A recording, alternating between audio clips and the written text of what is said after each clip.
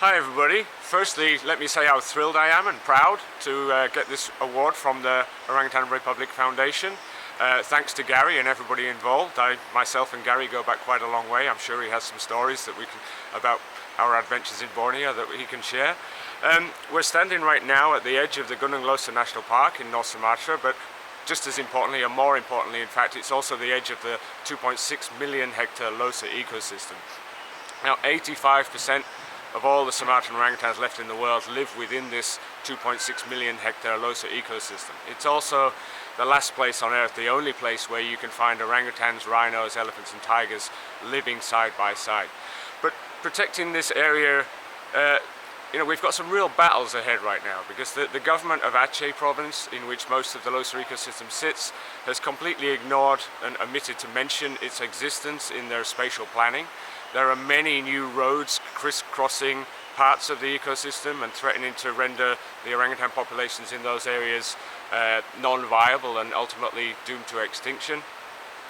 And there's a major energy program planned, a geothermal plant planned in a very important lowland area called the Capi Plateau, which we really have to battle against as well right now. But saving these areas is not just about saving the orangutans, however important that is. It's also about protecting the ultimate sustainable development of the Aceh's people itself. Yeah?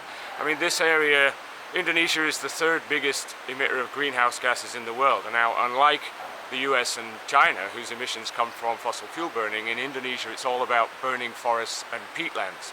And the peatlands especially contain the highest densities of orangutans anywhere in the world. But there's vast amounts of carbon sequestered in these peat areas, and these are the very same areas that are going up in smoke every year or 2 years and causing the haze that everybody hears about in the press. So it's a global issue. You know, what happens here, the amount of carbon locked up in these areas is 4 to 16 times what's in the atmosphere today. So this has a major impact on everybody around the world, and everybody around the world has a role to play in protecting these areas.